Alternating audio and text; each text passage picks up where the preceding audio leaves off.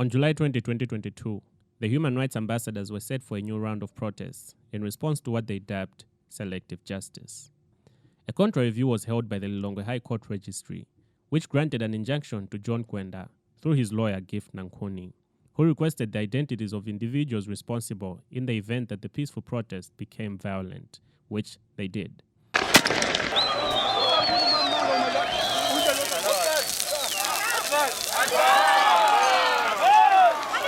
Demonstrators remained defiant, despite being forbidden from the streets.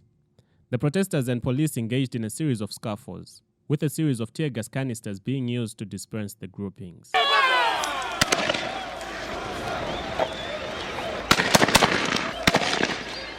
Sheriff Kaisi, a security specialist, believes that the occurrence in the capital city shows a lack of faith in security officers, which is a security gap. They did apply, and they were not given that. So they went out still to the street, and we have seen what we have seen, the police officers being dragged off and being, booed and even beaten.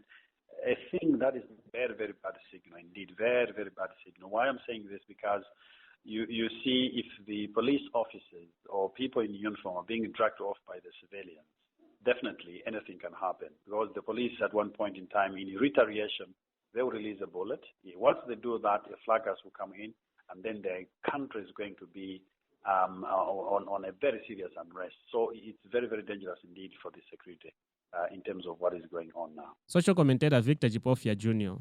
believes the protests in the country have lost their meaning and significance and have instead become a routine and a target for violence. He has stressed the importance of finding a solution to political disagreements and conflicts. We need to find ways of dealing with problems in society, because disagreements are inevitable. Wherever there are human beings, wherever there's politics involved, there's going to be conflict. And we need to find ways of resolving that conflict in a much more amicable manner. As our national anthem says in the second stanza, our goal is the same: to see Malawi move forward, to see the country develop. If we put ahead of us, I don't think we would want to tear the little that we have already to get us to a better Malawi down through having unnecessary demonstrations. Demonstrations are necessary, but there are also some demonstrations which are unnecessary, because we need to start exploring better conflict resolution mechanisms.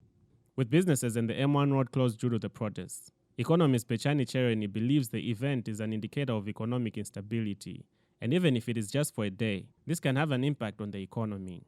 If growing the economy is an objective for everyone of us, to create jobs, to be a self-reliant nation, self-sufficiency to come, we don't have a choice but to make sure that whenever people are demonstrating, they should not do the things that we have seen and witnessed today. I think that's not good. I am for demonstrations and the right to demonstrate, but I am not for any kind of looting that is going to cause other people to have second thoughts before they can even think about investing in our country. The right to demonstrate is an important constitutional right. However, Mustafa Hussein, a political commentator, argues that good governance ideas should guide people's actions. It is important for citizens to understand their rights and for decision makers to comprehend the demands of the people, he says. At least 56 people have been arrested for insisting to hold the protests, and the 56 will be facing charges of contempt of court and unlawful assembly.